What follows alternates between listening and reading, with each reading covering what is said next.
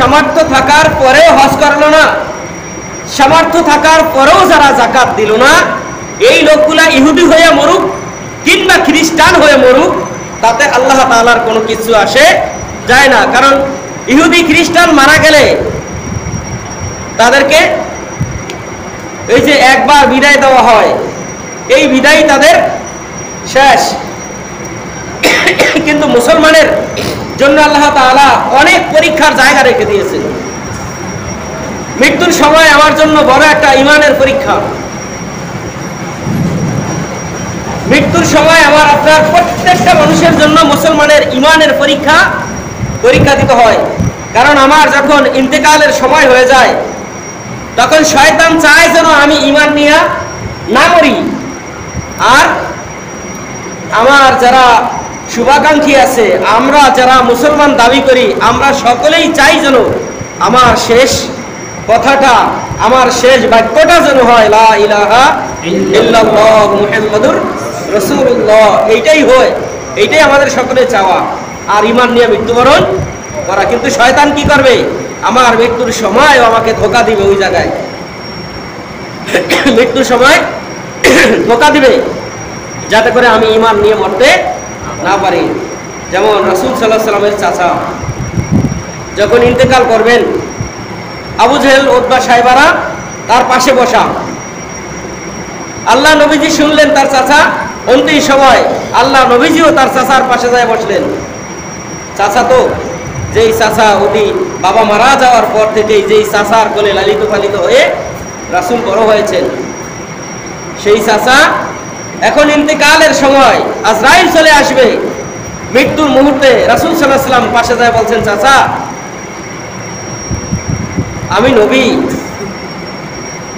আপনি একটু স্বীকার করেন, আপনি এই মধুর কালেমাটা পড়ে নেন। আপনার যদি এই কালেমা পড়া অবস্থায় মৃত্যু হয়ে যায়, পরকালে আমি আপনাকে সুপারিশ করে আল্লাহর জান্নাতে নিয়ে যাব।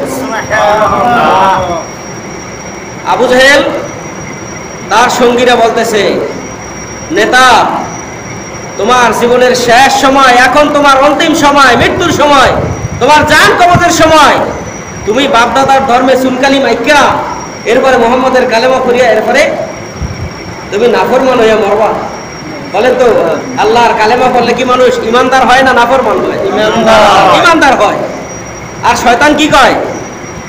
যে শেষ সময় তুমি নিজ বাপ দাদার ধর্মে চুনকালি মাইকা তারপরে তুমি কালেমা, মোহাম্মদের কালেমা করতে করতে মরবা। আল্লাহ নবীজি বললেন, চাচা আপনি শুধু এই বাক্যটুকু বলেন, লা ইলাহা ইল্লাল্লাহ, শুধু এইটুকু বলেন, মুহাম্মাদুর রাসূলুল্লাহ, আমি নবীকে স্বীকৃতি দেওয়া লাগবে না, শুধু আপনি এই বাক্যটুকু বলেন, কিয়ামতের ময়দানে আমি আপনাকে, আপনার জন্য আমি নিজে সুপারিশকারী হয়ে আল্লাহর কাছে সুপারিশ করব। আবু জেহেল বৈশাই রয়েছে, আবু জেহেল ওঠে না, বলে যে নেতা, তুমি কি আমার বংশের সব কিছু খাইবা? আল্লাহ নবীজি অনুরোধ করতেছেন, চাচা এবার ভাতিজাকে বলতেছেন, ভাতিজা আমি তোমার শেষ অনুরোধটুকু রাখতে পারলাম না, তোমার শেষ অনুরোধটুকু আমি তোমার রাখতে পারলাম না। বলতে বলতেই তিনি দুনিয়া থেকে বিদায় নিয়েছেন। কিয়ামতের ময়দানে রাসূল বলেছেন, সবচাইতে কম কষ্ট যেই ব্যক্তির হবে, আল্লাহ তাআলা জাহান্নামের মধ্যে সবচাইতে কম শাস্তি যাকে দিবেন, তিনি হলেন রাসূলের এই চাচা। কারণ আল্লাহ রাব্বুল আলামিনের প্রিয় হাবিব মুহাম্মদুর রাসূলুল্লাহকে কোলে করে পিঠে করে আল্লাহর নবীজিকে মানুষ করেছেন। এর বদলা হিসাবে আল্লাহ রাব্বুল আলামিন তার পায়ের গিরার উপর থেকে শুরু করে মাথার চান্দি পর্যন্ত আল্লাহ তাআলা তাকে শাস্তি দিবেন না। শুধু জাহান্নামের এক জোড়া জুতা তার পায়ে পরিয়ে দেওয়া হবে। আল্লাহ নবীর চাচাকে শুধু জাহান্নামের এক জোড়া আগুনের জুতা শুধু তার পায়ে পরিয়ে দেওয়া হবে, এই হলো তার শাস্তি। এটা হলো জাহান্নামীদের সবচাইতে কম শাস্তি। বলেন, পায়ের মধ্যে যদি একটু আগুনের ফুলকি ছিটকে আসে, কয়লা না, একটু ফুলকি, আগুনের লাকড়ি দিয়ে যখন রান্না করা হয় তখন লাড়া দিলে ফুলকি ওড়ে না? ওরকম একটু ফুলকি যদি আপনার গায়ে পড়ে, যেই জায়গায় পড়ে ওই জায়গায় সাথে সাথে ফসকা পড়ে যায়, কি বলেন, যায় কিনা, পুড়ে যায়। আর যদি দুইটা আগুনের উত্তপ্ত আগুনের জুতা যদি আপনাকে পরিয়ে দেওয়া হয়, অথবা বলা হয় যদি আপনি আগুনের কয়লার বুক খারান, কি বলেন, সম্ভব? একজোড়া আগুনের জুতা তাকে পরিয়ে দেওয়া হবে, আর তার শাস্তিটা এইভাবেই চলতেই থাকবে, অনবরত চলতেই থাকবে। কতদিন, কত লক্ষ কোটি বছর চলে যাবে আল্লাহ তাআলাই কি ভালো জানেন। প্রিয় হাজিরিন, এই জন্য রাসূল বলেছেন, যেই ব্যক্তি সামর্থ্য থাকার পরেও যারা হজ করলো না, যারা যাকাত দিল না, ওই লোকগুলো ইহুদি হয়ে মরুক কিংবা খ্রিস্টান হয়ে মরুক, তাতে আল্লাহ তাআলার কিছু আসে যায় না। আমাদের সমাজের মধ্যে সামর্থ্য থাকার পরেও মানুষ কোরবানিও দেয় না, এরকম লোক আছে না? বহুত মানে অসংখ্য মানুষ আছে। কোরবানি দেওয়ার শর্ত কি? একটা লোক একটা বছর তার সংসারের ব্যয়ভার বহন করার পরে, তামাম সংসারের সমস্ত খরচ ব্যয় করার পরে, বছর শেষে তার কাছে যেই উদ্ধৃত টাকাটা, অর্জিত সম্পদটা তার কাছে থাকে, ওই সম্পদ দিয়া তাকে কি দিতে হবে? যাকাত দিতে হবে, কোরবানি করতে হবে। কিন্তু দেখা যায় ব্যাংকে লক্ষ লক্ষ টাকা রাখে, লক্ষ লক্ষ টাকার জমিন রাখে, অথচ কোরবানি দেয় না। আপনার কোরবানির মধ্যে আল্লাহ তাআলা গরিবের হক রাখছেন, আপনার যাকাতের মধ্যে আল্লাহ তাআলা গরিবের হক নিহিত রেখেছেন। আজকে আপনি দিলেন না, মনে করলেন যে আমি লাখ লাখ টাকার জমি রেখে দেনা হয়ে গেছি। সেই সময় তো বলেন নাই যে আমি 10 লাখ টাকার জমি রাখছি, আমি দেনা হয়ে গেছি। আপনি 10 লাখ টাকা খরচ করে বাড়ি করলেন, অথচ 20,000 50,000 টাকা দিয়া এটা কোরবানি আপনি দিতে পারলেন না। আল্লাহ তাআলার কাছে কি জবাব দিবেন কিয়ামতের ময়দানে? কিয়ামতের ময়দানে আমার এই গচ্ছিত সম্পদ, আমার এই গচ্ছিত মাল, এইগুলো কিয়ামতের ময়দানে কবর থেকেই সুজাআন আকরা, হাদিস শরীফ আছে, এই সম্পদ, গচ্ছিত মালগুলো, গচ্ছিত সম্পদগুলো সাপ হয়ে আমাকে দংশন করবে। আমার 2 চোয়ালে কামড় মারবে, ঠোঁটে কামড় মারবে, কপালের উপর, থুতমার উপরে কামড় মারতে থাকবে। আর সাপ বলতে থাকবে, আমি তোমার গচ্ছিত সেই সম্পদ, এই সম্পদটা তুমি অতি আদর করিয়া তুমি জমিন রেখেছিলা, তুমি ব্যাংকে জমা রাখছিলা, ঘর বাড়ি বানাইছিলা, কিন্তু আল্লাহ তাআলা তোমাকে সম্পদ দিয়েছিল এই কারণে না, তুমি গোছায়া শুধু সব ব্যাংকে ঢুকাইবা, গোছায়া শুধু বাড়ি গাড়ি করবা, গোছায়া শুধু জায়গা জমিন করবা, এই জন্য কিন্তু আল্লাহ তোমাকে সম্পদ দেয় নাই। আল্লাহ তাআলা তোমাকে সম্পদ দিয়েছে পরীক্ষা করার জন্য। সম্পদ আল্লাহ কেন দেয়? পরীক্ষা করার জন্য। যদি ধনীরা খালি ধনী হচ্ছে, গরিবেরা খালি গরিব হচ্ছে, কারণ কি? ইসলামী অর্থনীতি, ইসলামী অর্থ ব্যবস্থা আমাদের সমাজে না থাকার কারণে, ইসলামী যাকাত সিস্টেম না থাকার কারণে আজকে ধনীরা খালি ধনী হচ্ছে, গরিবেরা খালি গরিবে হচ্ছে। কারণ কি? একটাই কারণ, খালি ইসলামী শাসন ব্যবস্থাটা না থাকার কারণে। ইসলামী শাসন ব্যবস্থা যদি থাকতো, আজকে আমাদের দেশে কোনো গরিব থাকতো না। আল্লাহর রাস্তে কারো কাছ থেকে আমার একটা পয়সা ধার করা লাগতো না। একদিন 2 দিন নয়, 20 বছর আফগানিস্তানের লোকেরা যুদ্ধ করেছে আমেরিকা ইসরায়েলের বিরুদ্ধে, ফ্রান্সের বিরুদ্ধে। 20 বছর যুদ্ধ করার পরে যখন তারা স্বাধীন হয়েছে, পৃথিবীর মানুষেরা বলছিল এই মোল্লারা দেশ শাসন করবে কেমনে? মোল্লাকে আবার কি যোগ্যতা নাইবা আছে? আজকে তাম পৃথিবীর মধ্যে টাকার মান তাদের বেশি হয়ে গেছে 2 বছরের মাথায়। আমেরিকা মুসলমানদের তোফের মুখে তারা পলাইতে বাধ্য হয়েছে। আমেরিকার যেই সরকার ওই দেশে বসাইছিল, আমেরিকার মদতপুষ্ট সরকার বসাইছিল, সেই সরকার পলায়া যাইতে মুসলমানদের তোপের মুখে বাধ্য হয়েছে। তারা মনে করছে যে মোল্লারা এই দেশ চালাইতে পারবো না, দেশ হারিয়ে দিয়ে জায়গা পলাইয়া। কিন্তু আল্লাহ রাব্বুল আলামিন মোল্লাদের মধ্যে যে কর্মে বরকত রেখেছেন, এটা ওরা বুঝতে পারে নাই। দেখেন, একটু সাধারণ উদাহরণ দিয়ে, একটা উদাহরণ দিলেই বুঝতে পারবেন। মনে করেন একজন ইমাম কয় টাকা বেতন পায়? 3000 থেকে শুরু হয় তার বেতন। 4000, 5000, 6000, 7000, 8000, 10,000, 20,000 টাকার উপরে বেতন আছে কিনা দেশে জানা নাই, থাকলেও থাকতে পারে। বড় ধরনের কোনো মসজিদ যদি থাকে 20-25,000 টাকা বেতন থাকতেও পারে। কিন্তু 3 থেকে শুরু হয়, এই 3,000 টাকা বেতন দিয়েই এই ইমাম সাহেব তার সংসার চালায় না? চালায়। বছর শেষে দেখা যায় এই ইমাম সাহেব কোরবানিও দেয়। এই ইমাম সাহেব এই টাকা উদ্ধৃত রেখে আবার কি করেন, সে আল্লাহর রাস্তায় কোরবানিও করে না? করে।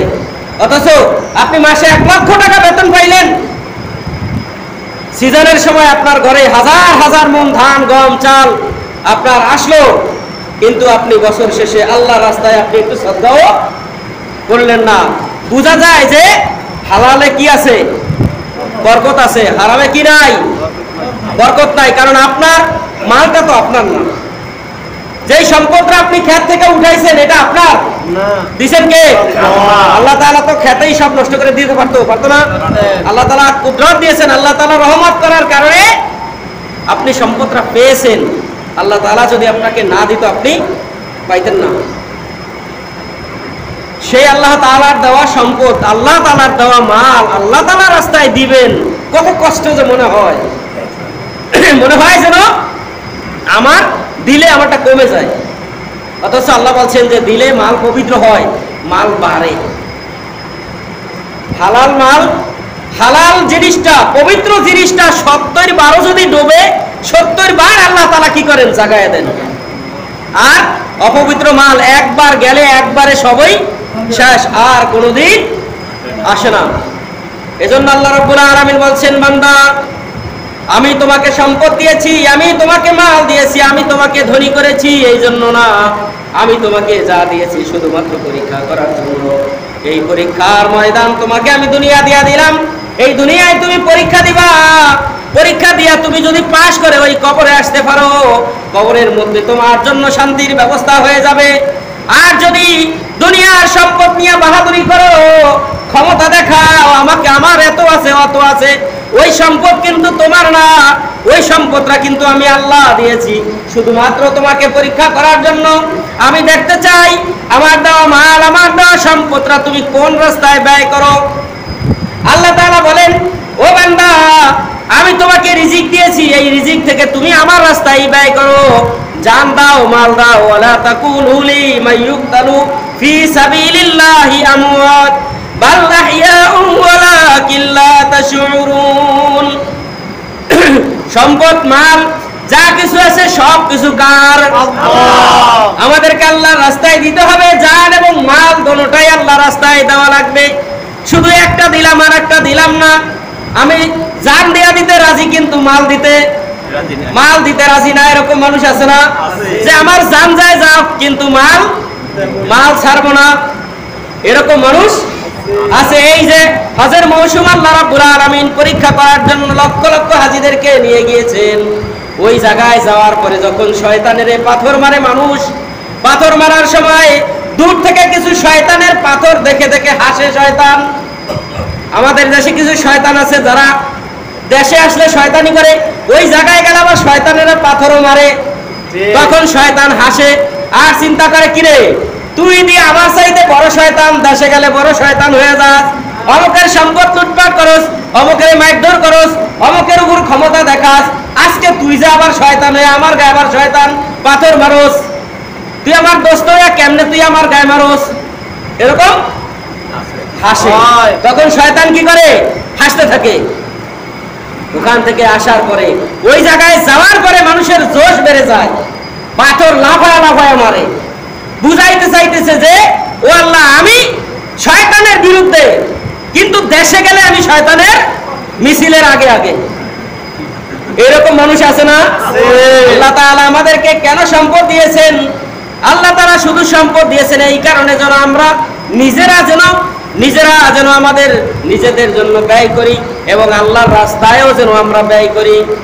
কারণ আল্লাহ তাআলা সবাইরে যদি ধনী বানায় দিতেন, কারো সম্পদ কারো দরকার হইতো না। আবার যদি আল্লাহ তাআলা সবাইরে গরিব বানায় দিতেন, তাও তো চলতো না। এজন্য আল্লাহ তাআলা দুনিয়ার মধ্যে দুই শ্রেণীর মানুষ বানাইছেন, একটা ধনী আর একটা গরিব। কারণ ধনীদের সম্পদের উপরে আল্লাহ রাব্বুল আলামিন গরিবদের জন্য হক রেখে দিয়েছেন। কারণ ধনীদেরকে আল্লাহ সম্পদ দিয়েছেন শুধুমাত্র দেখার জন্য, যে দেখো ও বান্দা আমি তোমার সম্পদ দিলাম, আমার গরিবদেরকে তুমি কি দেখতেছো, কি করতেছো, এটা আমি দেখার জন্য। দেখেন মানুষ সম্পদ নিয়ে রওনা করে, ঘরে পর্যন্ত আসতেও পারে না, ঘরের দরজায় পাছার খায় পড়ে জীবনটা শেষ হয়ে যায়, হয় না? কখন আজরাইল আপনার দরজায় দাঁড়ায় যাবে কেউ বুঝতে পারে, কেউ জানতে পারে? জানেন কে? আল্লাহ তাআলাই তো জানেন। কারণ এই যে হজের মাস আল্লাহ তাআলা আমাদেরকে পরীক্ষা করার জন্য দিয়েছেন। এই মাসটা এমনি এমনি আল্লাহ তাআলা আমাদেরকে দেন নাই। আল্লাহ তাআলা বলছেন যে আমার কাছে 4টা মাস সবচাইতে প্রিয়। কয়টা মাস? 4টা মাস প্রিয়। তার মধ্যে এই হজের মাস, এই জিলহজ মাসটাও কি আছে? এই মাসটা অত্যন্ত আল্লাহ তাআলার কাছে অত্যন্ত প্রিয় একটা মাস। এই মাসে আমাদেরকে কমপক্ষে 6টা আমল করতে হবে। কোরবানি দেওয়ার আগ পর্যন্ত আমাদেরকে 6টা আমল করা দরকার। 6টা আমলের 1 নম্বর আমল হলো বেশি বেশি করে আল্লাহ তাআলার দরবারে ইস্তেগফার করতে হবে। কি করতে হবে? ইস্তেগফার করতে হবে। আমরা সব সময় উঠতে বসতে চলতে ফিরতে বলবো আস্তাগফিরুল্লাহ। কি বলবো?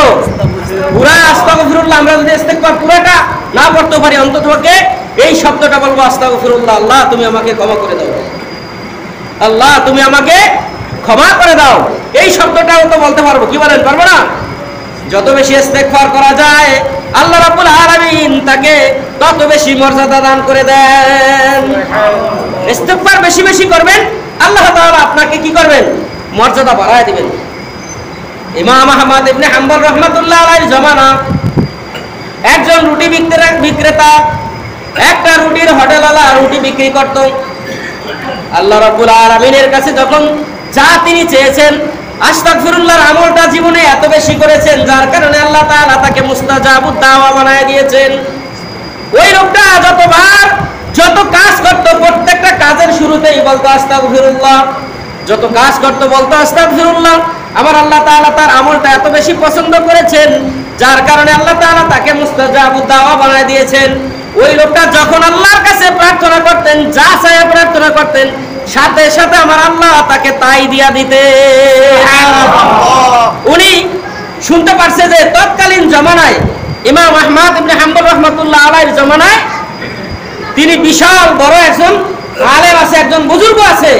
উনি দোয়া করছেন যে আল্লাহ, শুনলাম নাকি এই জমানার সবচেয়ে বড় আলেম, বড় বুজুর্গ ইমাম আহমদ ইবনে হাম্বল, আল্লাহ আমি তো তোমার কাছে যা চাইলাম সবই তো তুমি আমার দিয়া দিলা, কিন্তু আল্লাহ আমার মনের একটা আক্ষেপ আকাঙ্ক্ষা, তুমি যদি ইমাম আহমদ ইবনে হাম্বলের সঙ্গে আমার একটু দেখা করায় দিতা। আল্লাহ তাআলা তার দোয়াও কবুল করে ফেলেছেন। ইমাম আহমদ ইবনে হাম্বলের মনের মধ্যে আল্লাহ তাআলা সফরের উদ্যোগ করায় দিলেন। ইমাম আহমদ ইবনে হাম্বল এত বুড়ো মানুষ, এত বয়স্ক মানুষ, নিজে চলাফেরা করতেই খুব কষ্ট হয়। এমন একটা সময় আল্লাহ দোয়া কবুল করলেন, যেই সময়টা হলো প্রচন্ড শীতের সময়। ইমাম আহমদ ইবনে হাম্বল ঘর থেকে বের হয়ে গেলেন সফরের উদ্দেশ্যে, বড় গাড়ি নিয়ে। কারণ কখন কোন জায়গায় রাত হয়, কোন জায়গায় তিনি শুইবেন, শোয়ার জন্য শীতের সময় যে সামানাগুলো দরকার, এগুলা নিয়ে তিনি বের হয়ে গেলেন। হাঁটতে হাঁটতে তিনি পার হতেই লাগলেন। একদিন তিনি আসলেন ওই রুটিওয়ালার কাছেই তিনি চলে আসলেন, রুটিওয়ালার বাড়িতে তিনি চলে আসলেন, বাজারে চলে আসলেন। আসার পরে তিনি মাগরিবের নামাজ আদায় করলেন মসজিদে, এশারের নামাজ আদায় করলেন মসজিদে। জামাতে নামাজ আদায় করার পরে ইমাম আহমদ ইবনে হাম্বল বললেন, ও মসজিদের খাদেম, আমি অনেক দূর থেকে মুসাফির মানুষ এসেছি, আমি এখন এই রাত্রে চিনি না জানি না, আমি অন্য দেশের একজন মানুষ, আমি তোমার মসজিদে একটু থাকতে চাই, আমাকে একটু থাকার ব্যবস্থা করে দাও। কিন্তু মসজিদের খাদেম নাসরবান্দা, তিনি মসজিদে কাউকে থাকতে দিবেন না। এখন ইমাম আহমদ ইবনে হাম্বল এই শীতের মধ্যে তিনি কোথায় যাবেন? তিনি ভেবে চিনতে পাইলেন না। তিনি চিন্তা করলেন আবার একটু অনুরোধ করে দেখি থাকা যায় কিনা, কিন্তু অনুরোধে কোনো কাজ হলো না। ইমাম আহমদ ইবনে হাম্বল বেরিয়ে গেলেন। বের হয়ে মসজিদের সামনে আগায় দেখলেন একটা রুটিওয়ালা রুটি ভাজতেছেন, আগুন দিয়ে রুটি ভাজতেছেন, রুটি বানাইতেছেন, রুটি খাওয়াইতেছেন মানুষদেরকে, ক্রেতাদেরকে রুটি খাওয়াচ্ছেন। তিনি ওই আগুনওয়ালার কাছে যাইয়া, রুটিওয়ালার কাছে যাইয়া দাঁড়াইলেন, বললেন, বাবা আমি বুড়া মানুষ, আমার প্রচন্ড শীত লাগতেছে, প্রচন্ড শীতও পড়তেছে, আমি যদি তোমার এই আগুনের পাশে বসে বসে একটু আগুন পোয়াই নেই আর এখানে বসে যদি সারা রাত কাটায় দেই তাহলে তোমার কোনো সমস্যা আছে কিনা? রুটিওয়ালা বললেন, হুজুর না, আমার কোনো সমস্যা নাই, কারণ আগুন পোয়াইবেন তাতে আমার কি সমস্যা, এখানে বসে থাকলে আমার কোনো অসুবিধা নেই, আপনি থাকেন। ইমাম আহমদ ইবনে হাম্বল ওখানেই বসে পড়লেন। উনি দেখতে লাগলেন রুটিওয়ালা যখন আটা গোলে, আটা যখন পাত্রে নেয় তখন বলেন আস্তাগফিরুল্লাহ, আটা গোলার জন্য পানি নেন, লবণ নেন, বলেন আস্তাগফিরুল্লাহ, খামির তৈরি করেন, বলেন আস্তাগফিরুল্লাহ, ছোট ছোট রুটি বানানোর জন্য গুলটি তৈরি করেন, আবার বলেন আস্তাগফিরুল্লাহ, রুটি যখন বেলুনে ডলেন তখন বলেন আস্তাগফিরুল্লাহ, আবার যখন খোলায় দেন রুটি ভাজার জন্য বলেন আস্তাগফিরুল্লাহ। হুজুর বড় আশ্চর্য হয়ে গেলেন, ইনি তো যেমন তেমন কোনো হুজুর নয়, দুনিয়ার ছোট বড় ছোট কোনো আলেম নন, তিনি বিশ্ববিখ্যাত আলেম ইমাম আহমদ ইবনে হাম্বল। তিনি আশ্চর্য হয়ে গেলেন। শুধু তাই নয়, রুটি যতবার উল্টে ভাজেন ততবার বলেন আস্তাগফিরুল্লাহ। রুটি ভাজার পরে যখন ক্রেতাদের কাছে যখন রুটি পরিবেশন করেন তখনও তিনি বলেন আস্তাগফিরুল্লাহ। ইমাম আহমদ ইবনে হাম্বল আশ্চর্য হয়ে জিজ্ঞাসা করলেন, বাবা আমি তোমার কাছে একটা প্রশ্ন করতে চাই, জিজ্ঞাসা করতে চাই, তুমি এই রকম কেন করতেছো? তোমার এতক্ষণ পর্যন্ত সব কর্মগুলো দেখলাম, প্রত্যেকটা কর্মের মধ্যেই তুমি শুধু আস্তাগফিরুল্লাহ আস্তাগফিরুল্লাহ বলো, কারণটা কি? এবার রুটিওয়ালা বললেন, হুজুর শোনেন, আমি আল্লাহ তাআলার কাছে এই ওয়াজটা আমি শুনেছি, রাসূলের মুখ থেকে যতবার আস্তাগফিরুল্লাহ বলবে আল্লাহ তাআলা তার মর্যাদা, তার সম্মান আরো বহু গুণে বাড়ায় দিবে। আমি চিন্তা করলাম যে আস্তাগফিরুল্লাহর এত আমল, এত মর্যাদা, যদি আস্তাগফিরুল্লাহ শুধু এটুক বললেই যদি আল্লাহ তাআলা অনেক মর্যাদা দিয়ে দেন তাহলে সমস্যা কোথায়? আমি চিন্তা করলাম যে আমার কর্মের মধ্যে, আমার আমলের মধ্যে আমি আস্তাগফিরুল্লাহকে ঢুকায় নিলাম। সুবহানাল্লাহ। হুজুর আমি এই আস্তাগফিরুল্লাহ আমল করতে যাইয়া আমি আমার আল্লাহর কাছে যা কিছু চেয়েছি, যখন যা চেয়েছি আমার আল্লাহ সব হালাল ভাবে আমাকে দিয়ে দিয়েছে। হুজুর আমার একটা আশা এখনো আল্লাহ তাআলা পূরণ করে নাই। এবার ইমাম আহমদ ইবনে হাম্বল বলেন, বাবা তোমার কোন আশাটা পূরণ হয় নাই বলো? এবার ইমাম আহমদ ইবনে হাম্বল রাহমাতুল্লাহ আলাইহি বলতেছেন, ইমাম আহমদ ইবনে হাম্বল রাহমাতুল্লাহ আলাইহি বলতেছেন, বাবা তোমার কোন আমলটা আল্লাহ তাআলা এখনো কবুল করে নাই? তখন ইমাম আহমদ ইবনে হাম্বল রাহমাতুল্লাহ আলাইহি বললেন, ইমাম আহমদ ইবনে হাম্বল রাহমাতুল্লাহ আলাইহি ওই ছেলেটাকে বললেন, ছেলেটা বলতে লাগলো, রুটিওয়ালা বলতে লাগলো, ইমাম সাহেব আল্লাহ তাআলার দরবারে আমি যা চেয়েছি আমার আল্লাহ তাই দিয়েছেন, আমার আল্লাহ তাই দিয়েছেন, শুধুমাত্র একটা আশা আমার এখনো কবুল হয় নাই, আর সেই আশাটা হলো আমি আল্লাহ তাআলার কাছে প্রার্থনা করছিলাম, শুনছিলাম নাকি বর্তমান পৃথিবীর মধ্যে সবচাইতে বড় একজন বুজুর্গ আল্লাহর আছেন, তার নাম হলো ইমাম আহমদ ইবনে হাম্বল। আমি আল্লাহর কাছে প্রার্থনা করেছি, আল্লাহ তুমি আমাকে ইমাম আহমদ ইবনে হাম্বলের সঙ্গে দেখা করাইয়া দিও। এবার ইমাম আহমদ ইবনে হাম্বল সামনে বসা, ইমাম আহমদ ইবনে হাম্বলও চিনে না ওই রুটিওয়ালারে, রুটিওয়ালাও চিনে না ইমাম আহমদ ইবনে হাম্বলকে। এবার ইমাম আহমদ ইবনে হাম্বল রাহমাতুল্লাহ আলাইহি কেঁদে দিলেন, তিনি কেঁদে দিলেন, বললেন যে বাবা তুমি যেই দোয়া আল্লাহ তাআলার কাছে করেছো, যার জন্য তুমি দোয়া করেছো, তুমি যার জন্য দোয়া করেছো আল্লাহ রাব্বুল আলামিন তোমার সামনে তোমার সেই কাঙ্ক্ষিত ব্যক্তিকে আল্লাহ তাআলা উপস্থিত করায় দিয়েছেন। সুবহানাল্লাহ। এবার ইমাম আহমদ ইবনে হাম্বল বললেন যে আমি হলাম সেই ইমাম আহমদ ইবনে হাম্বল রাহমাতুল্লাহ আলাইহি। তাইলে বোঝা যায় যে আল্লাহ তাআলা বলেছেন, তার রাসূল বলেছেন, যত বেশি ইস্তিগফার আপনি করবেন আল্লাহ তাআলার কাছে যদি আপনি প্রিয় বান্দা হয়ে যাইতে পারেন, আপনি যখন যা আল্লাহ তাআলার কাছে চাইবেন আল্লাহ তাআলা তাই আপনাকে দিয়ে দিবেন। সুবহানাল্লাহ। এইজন্যই হজের মৌসুম, এই হজের মাসে এক নম্বর আমাদের আমল হলো বেশি বেশি করে কি করতে হবে? ইস্তিগফার করতে হবে। বেশি বেশি কি করতে হবে? ইস্তিগফার করতে হবে। দুই নম্বর আমল, বেশি বেশি নফল নামাজ পড়তে হবে। ফরজই পড়ি না, ওয়াজিবই পড়ি না, আবার নফল কি কর? যে ফরজই পড়ি না, ওয়াজিবই আদায় করি না, 5 ওয়াক্ত নামাজই পড়ি না, আবার নফল। আপনি যত বেশি আমল করবেন তত আল্লাহ তাআলার প্রিয় বান্দা হতে পারবেন, কবরে আপনার জন্য তত শান্তির ব্যবস্থা হয়ে যাবে। 3 নম্বর আমল, এই জিলহজ মাসের 1ম তারিখ থেকে 10 তারিখ পর্যন্ত রোজা রাখা। আল্লাহ নবীজি সাল্লাল্লাহু আলাইহি সাল্লাম বলেছেন, এই 10টা রোজা যে রাখবে, এক একটা রোজার বিনিময়ে আল্লাহ রাব্বুল আলামিন 1 বছরের নফল রোজার সওয়াব দান করে দিবে। আপনি দিনের বেলায় রোজা রাখলেন, 10টা রোজায় 10 বছরের নফল নামাজের সওয়াব, রোজার সওয়াব আপনি পেয়ে গেলেন। রাতের বেলা আপনি নফল নামাজ আদায় করবেন, রাতের বেলা সারা রাত আপনি নফল ইবাদত করলে যেরকম সওয়াব পাইতেন, 1 বছরের অত পরিমাণ সওয়াব আল্লাহ তাআলা এক একটা রাতের নফল নামাজের বিনিময়ে আল্লাহ দিয়ে দিবেন। সুবহানাল্লাহ। কয়টা গেল আমল? ইস্তেগফার করা, রোজা রাখা, নফল ইবাদত, নফল নামাজ বেশি বেশি করা। এরপরে আমাদের হাতে পায়ে নখ আছে কিনা? আছে। নখ আছে কিনা?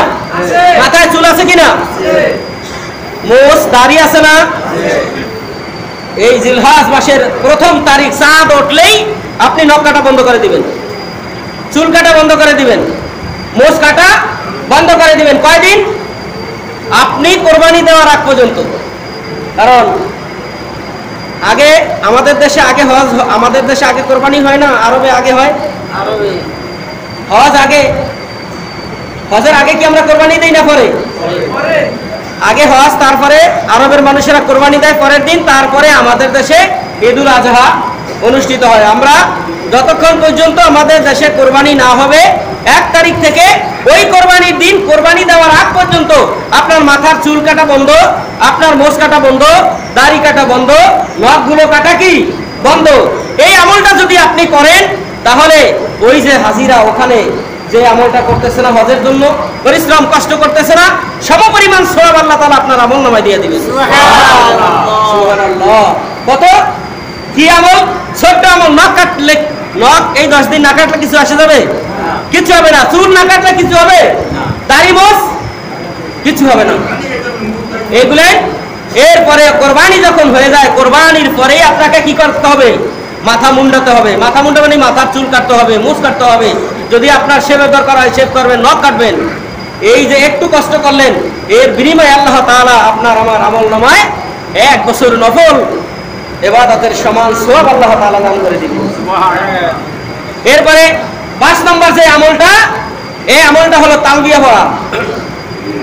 আল্লাহু আকবার, আল্লাহু আকবার, লা ইলাহা ইল্লাল্লাহ, আল্লাহু আকবার, আল্লাহু আকবার, ওয়ালিল্লাহিল হামদ। বলা যাবে না? আমরা রোজায় পড়ছি না?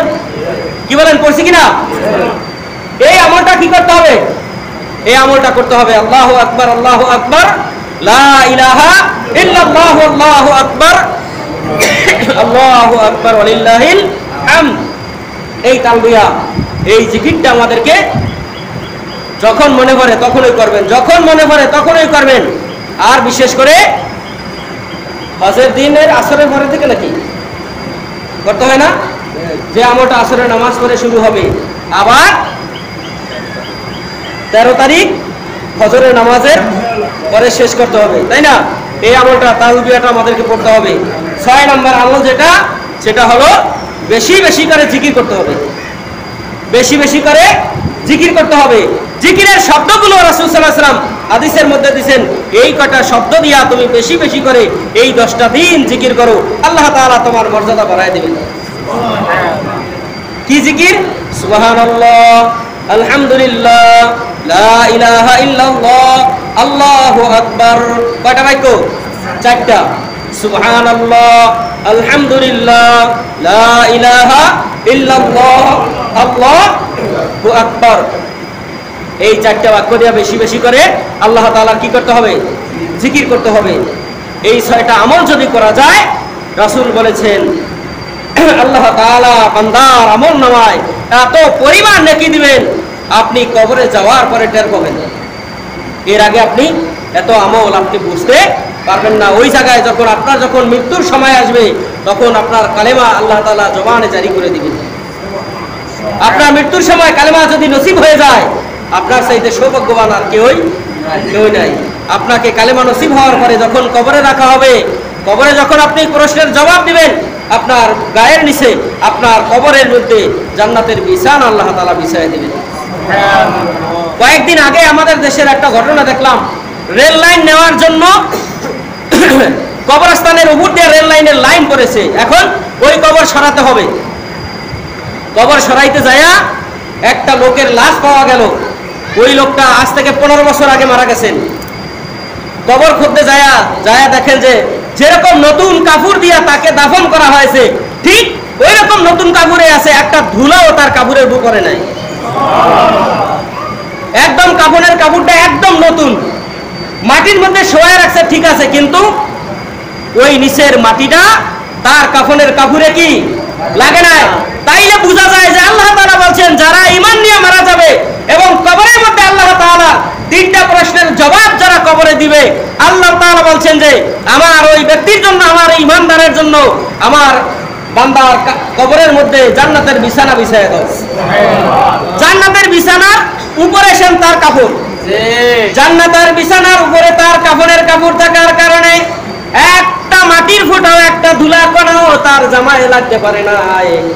ও মানুষেরা চিন্তা করেন, যদি ঈমান নিয়ে মারা যাওয়া যায়, শুধুমাত্র ওই লোকটার শরীরটা একটু স্বাস্থ্য যেরকম ছিল তার সে একটু শুকাইছে, এছাড়া তার শরীরেরও কিছুই হয় নাই। তাইলে বোঝা যায় ঈমান নিয়ে মারা গেলে কবরের মধ্যেও শান্তির সম্মানের ব্যবস্থা আছে। কি বলেন, আছে না? আল্লাহর নবীর সাহাবী ইরাকের ময়দানে যখন যুদ্ধ করার জন্য গিয়েছিলেন, শাহাদাত বরণ করার কারণে ওই ফোরাত নদীর কিনারায় যখন সাহাবীদেরকে কবর দেওয়া হয়েছিল, ওই কবরটা নদী ভাঙ্গার কারণে যখন বের হয়ে গিয়েছে, সরকারকে বারবার স্বপ্নে দেখানো হয়েছে আমাদের কবরগুলো সরাও। আমরা আল্লাহর নবীর সাহাবী, আমরা শাহাদাত বরণ করাকারী সাহাবী, আমাদের কবরগুলো সরাও, নচেত নদী ভাঙ্গার মধ্যে আমরা পড়ে যাব, আমাদের লাশগুলো আর খুঁজে পাইবা না। ওই লাশগুলো একে একে 3 দিন পর্যন্ত যখন স্বপ্নে দেখানো হলো, ইরাক সরকারকে বলা হলো তাড়াতাড়ি ফোরাত নদীর কিনারা তালাশ করতে থাকো, ওই জায়গায় তালাশ করতে থাকো, দেখো কোন নদীর কিনারায় কোনো লাশের মাথা দেখা যায় কিনা বা কাপড় দেখা যায় কিনা, কোন কবর নদীর কিনারায় ভাঙ্গা পড়েছে কিনা দেখো। খোঁজ নিতে নিতে ফোরাত নদীর কিনারায় দেখা গেল লাশের মাথা দেখা যায়, কাপড় দেখা যায়। তারা তাড়াতাড়ি করে ওই কাপড়গুলো ওই জায়গা থেকে কবরগুলোর মধ্যে লাশ বের করলেন। কবরগুলো সরাইয়া লাশগুলো বের করে যখন উপরে রাখলেন, উপরে রাখার পরে যখন ওই লোকগুলাইনকে, কবরস্থ লোকগুলাইনকে যখন দেখার জন্য মানুষগুলো, উৎসুক মানুষগুলো আসলো, আইসা দেখে যে কবরের মুষ্টি, লাশের মুষ্টি যখন খুলেছেন, তখন দেখা যায় তার শরীরে যতগুলো আঘাত হয়েছিল সমস্ত আঘাত দিয়া এখনো যেন তাজা রক্তগুলো বের হইতে আছে। শরীর থেকে তাজা রক্ত বের হইতেছে। এই জন্য আল্লাহ বলছেন আলা তাকুলু লিমান ইউক্তালু ফি সাবিলিল্লাহি আমওয়াত। আল্লাহ তাআলা বলেন যারা আমার রাস্তায় জীবন দেয় তাদেরকে তোমরা মৃত্যু বলো না, বরঞ্চ তারা জীবিত। আমি আল্লাহ তাআলা তাদেরকে কবরে খাওয়াই। সুবহানাল্লাহ। আল্লাহ তাআলা রাস্তায় যারা জীবন দেয় তারা কি মরা না জিন্দা? আল্লাহ বলছেন তারা জিন্দা, আমি আল্লাহ তাদেরকে কবরে খাওয়াই। কিয়ামত পর্যন্ত আমি আল্লাহ তাদেরকে কবরে খাওয়াবো। যেই মানুষগুলো কবরে খায় হেরা জিন্দা না মরা? কারণ যারা খাইতে পারে তারা তো আর মরা না। কি বলেন, মরা? তারা তো আর মরা না, তারা নিশ্চয় জিন্দা, কারণ আল্লাহ বলেছেন তারা জিন্দা, আমি তাদেরকে খাওয়াই। এই জন্য পরীক্ষা করার জন্য তারা দেখলেন, বেঁচে দেখলেন যে তাদের শরীরে যে কাফের আঘাত করেছিল, আঘাতের জায়গাগুলো থেকে এখনো রক্ত টপ টপ করে বের হইতেছে। আল্লাহু আকবার। তাহলে আল্লাহর উপর ঈমান আমরা মজবুত ভাবে আনবো না হালকা? ঈমান আনতে হবে মজবুত ঈমান। ঈমান যদি মজবুত হয়ে যায়, ঈমান যদি শক্ত হয়ে যায়, ঈমান ওয়ালা যদি আপনি হয়ে যান, আপনার জন্য কবরে সুখের ব্যবস্থা আল্লাহ তাআলা সুসংবাদ, সুখের সুসংবাদ আল্লাহ আগেই দিয়ে দিয়েছেন যে যারা আমার উপর ঈমান এনে আমি আল্লাহর রাস্তায় জীবন দিয়া, আমি আল্লাহর রাস্তায় ঈমান নিয়ে যারা কবরে আসবে তাদের জন্য কবরের মধ্যে আমি আল্লাহ শান্তির ব্যবস্থা রেখে দিয়েছি। আমরা আল্লাহর রাস্তায় আল্লাহর উপরে ঈমান রেখে অবিচল অটল ঈমান নিয়ে দুনিয়ায় বেঁচে থাকতে চাই। কি বলেন? ঈমান যদি না থাকে আমার আপনার 4 পয়সারও কোনো দাম দুনিয়ার মানুষ আমাকে মূল্য দিতে পারে, দুনিয়ার নেতা হওয়ার কারণে মানুষ আমাকে মূল্য দিতে পারে, ঈমান না থাকার কারণে আমার আল্লাহর কাছে ফেরেশতার কাছে 1 পয়সা দামও আমার 1 পয়সার দামও নাই। আর যদি আমার ঈমান থাকে মজবুত, দুনিয়ার মানুষ আমাকে সম্মান দেব বা না দেব, দুনিয়াতে আমার কিছু থাক বা না থাক, কোনো সমস্যা নাই, আমি আল্লাহর কাছে সবচাইতে বড় সম্মানিত। আল্লাহ তাআলা আমাদেরকে ঈমানের উপর অবিচল অটল থেকে আল্লাহ তাআলার হুকুম যথাযথভাবে আদায় করার তৌফিক যেন দান করে, বলেন আমিন। এই হজের